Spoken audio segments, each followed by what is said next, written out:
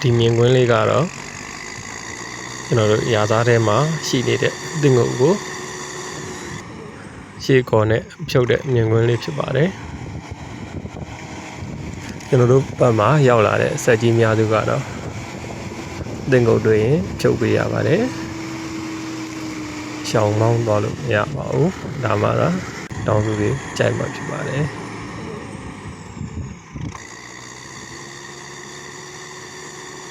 တင်ငုတ်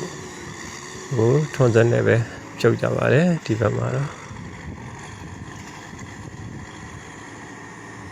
ထွန်စက်ကောနဲ့တွန်းကြည့်တယ်တွန်းကြည့်လို့မရဘူးဆိုရင်နောက်ကလက်မနဲ့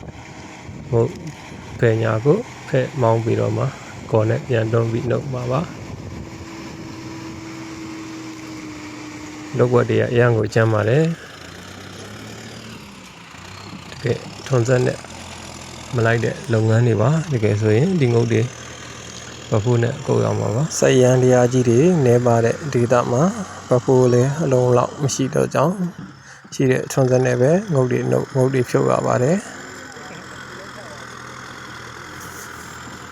အခုမောင်းနေတဲ့နေရာငုတ်ကတော့ခဏခါမြစ်ကိုတော်တော်လေးကိုကြည့်ပါတယ်ညီထဲမှာမြုပ်နေတာပါ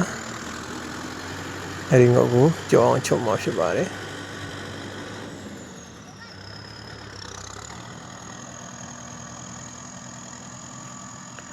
ရှေ့ကောနဲ့တွန်းတော့မကျွတ်တဲ့ငုတ်ကိုလက်မနဲ့ဘယ်ညာလိပြီးတော့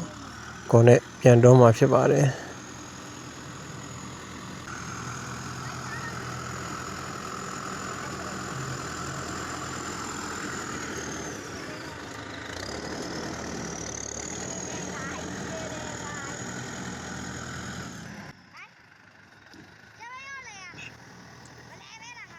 ထွန်စက်ဝါသနာရှင်ညီကိုများလည်းတင်ငုတ်တွေကိုဘယ်လိုနည်းနဲ့အလုပ်တယ်ဆိုတာပုံမှန်မှာဝင်ရောက်ပြီးတော့ဆွေးနွေးသွားလို့ရပါတယ်ကျွန်တော်တို့ကတော့ဒီထဲမှာမြုပ်နေတဲ့တင်ငုတ်ကို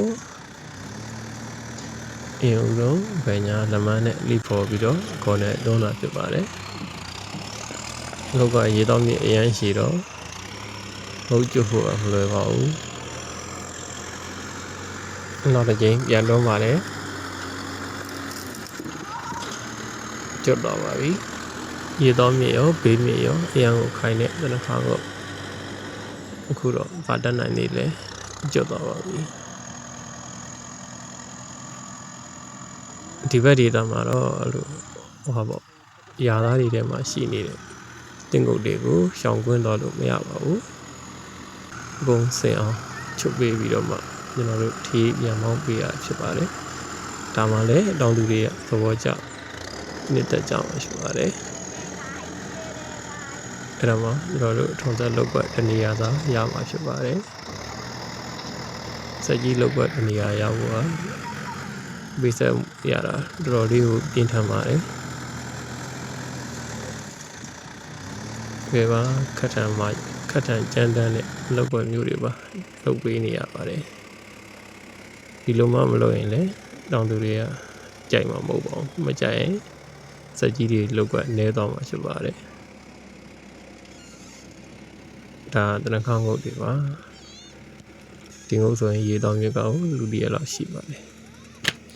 စက်စရာညီကိုတို့ဘက်မှာရောဘလိုငုတ်တွေကိုဘလိုနီးနဲ့အနှုတ်နေတယ်ဆိုတာဝင်ရောက်ပြီးတော့ဆွေးနွေးခဲ့ပါ